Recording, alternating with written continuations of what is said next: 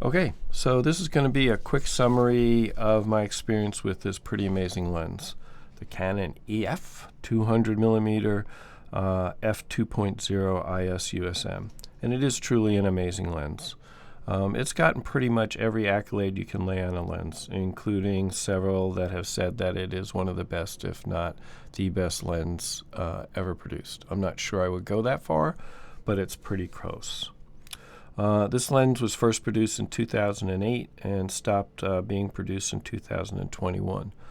New it cost about $6,000 on the used market. Today it goes anywhere from $3,500 to $4,000. I got mine in pretty mint condition for about $3,400. It was a good deal, but still definitely not cheap. I was thinking about using it for indoor sports, especially for swimming, but I just didn't get around to using it this past season. So my first use of it was actually for baseball, combined with the Canon R3 and the EF to RF adapter, and it just makes a pretty amazing combination. The lens is big, there's no question about it. When you compare it to the EF 300 f2.8 and the 70 to 200 f2.8, some lenses that I use, you can see that it kind of falls in the middle there. Not quite as big as the 300, but about as tall and fatter than the 70 to 200. So definitely has some heft to it. But that's not the real story. The real story is in the weight. The EF 200 weighs 2,600 grams. It is a monster. It is heavy. Comparing it to the 300 f2.8, which is 200 grams lighter, and the lightweight of the group, the 70 to 200 is 1,000 grams lighter. So pretty big difference. It is hefty. Working with the lens, though, it does work. It is heavy. You have to kind of balance it. I don't use a monopod or tripod. I just kind of, for the most part, hand hold it. I like to stabilize it on something. It works out pretty well that in baseball, at least, from where I stand close to the dugout, the 200mm almost perfectly frames the ump, the catcher, and the batter. So that works out really well. You can see it kind of stabilizes it as best I can. Like I said, I don't use a monopod or tripod, so pretty much it's all handheld. But it does seem to work. The lens shade I don't use it that much because I really don't have that much trouble with flare.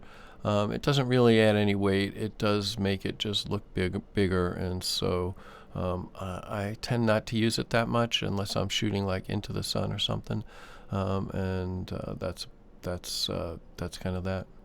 It works really well. The pictures, though, you can put everything aside with the weight, but the pictures are just what makes it so worthwhile and are amazing. It's just like no other lens that I've had. The way it renders the colors, the contrast, the fall off of light, and yes, the blurring of the background, the compression of the subject. But like I said, it's more than that. It's just this quality about the lens that is just generates these beautiful, amazing pictures. The autofocus is good. It's good. It's an older lens, but it works really well. It's spot on. Combined with the R3, it does really well. If I miss, it's usually from me still not quite getting the R3 autofocus thing down.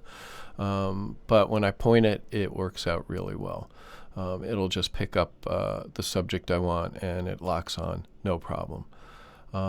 This is one issue, though, that I like this picture because it shows there is a little issue. Look at the batter's in focus, but since the ump is out of that plane of focus, he's not quite in focus. So that's something you have to watch out, and I'll talk a little bit more about that. But the way it isolates subjects is just incredible. Point it at people close to you, it'll pick up just what you want, and then isolate them, and it gives some just really beautiful results. And then when you turn it on and use it kind of as, quote, portrait lens, which is what everyone raves about, the results are just unbelievable. Contrast, isolation, blurred background, just beautiful. The ultrasonic motors are quick, and this is pretty impressive considering this is an older technology which is moving a ton of glass. So yeah, it works very well. Is it as good as quick as the new RF glass? Probably not, but still pretty impressive. Oh, and yeah, even the stills, they come out really good. R3 plus this glass is impressive. Interestingly, about the sharpness, it is sharp. It's tack sharp. There's no question about it. You can just see the hairs on people's head and, you know, little pimples. It's just tack sharp. But there's something about it, the sharpness. It is not this overly clinical sharp that modern lenses seem to have. When you zoom in, it is sharp. You can see the hairs, but there's almost this softness to it. I can't explain it, whether it's the blurred background or what. But it just gives this really, really beautiful, beautiful image. And again, the subject isolation is just, it's just like no other lens. You know, this is tennis, and you can see it's usually a bad background. The way it isolates the subjects are just really great. Here's just a classic example of that. Just really, really nice. Here are just a few track pictures. Again, track can be really busy backgrounds in the way this isolates the background. Sharp focus, locks on, no problem. Again, just locks on, everybody else is blurred. Here just are some examples, again, taken through the EVF, recorded on the Ninja 5. You can see how it just transitions, just the eye lock is good.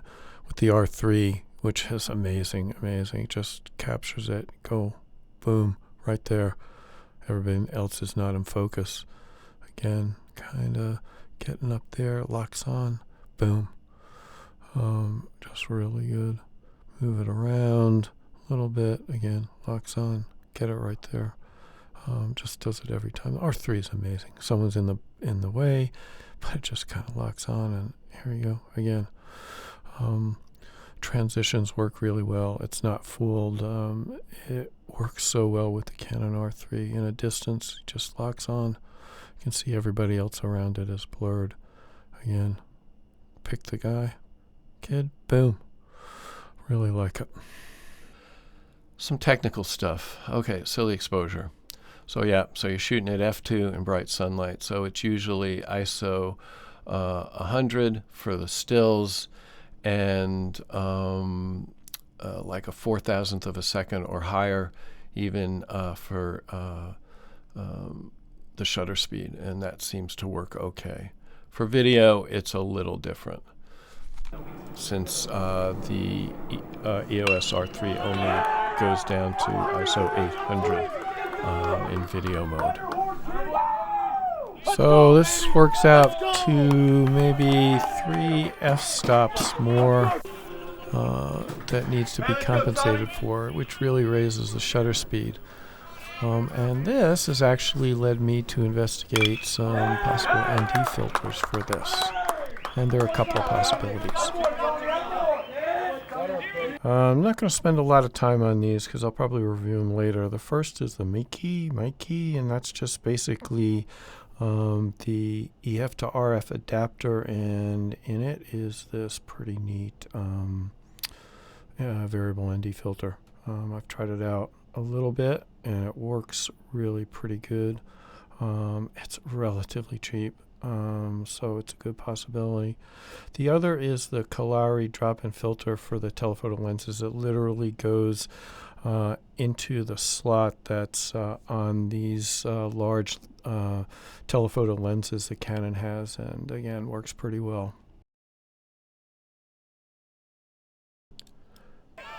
Here just another example of some video. This is, I wouldn't say this is like your ideal video lens, but I need to do both, so take pictures and do video, because I'm the only one covering these games most of the times.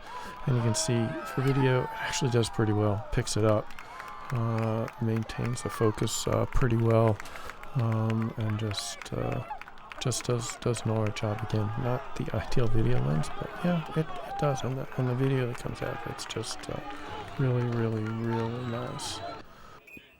Lens stabilization. Okay, so it does have in-body. It does have lens stabilization, and you combine it with the R3 IBIS, and you get a bunch of stops. I don't know how much, but you can see this is handheld. I am not supporting, I'm just supporting my elbows probably on the fence, and you can see this is no post stabilization. You can see how it looks almost like it's on a tripod. It does really well. So from that point of view, yeah, old lens, but dang, it does good. You can hear the motors churning when it's when it's doing this, moving a lot of glass, that's for sure. But yeah, it does really, really well, definitely.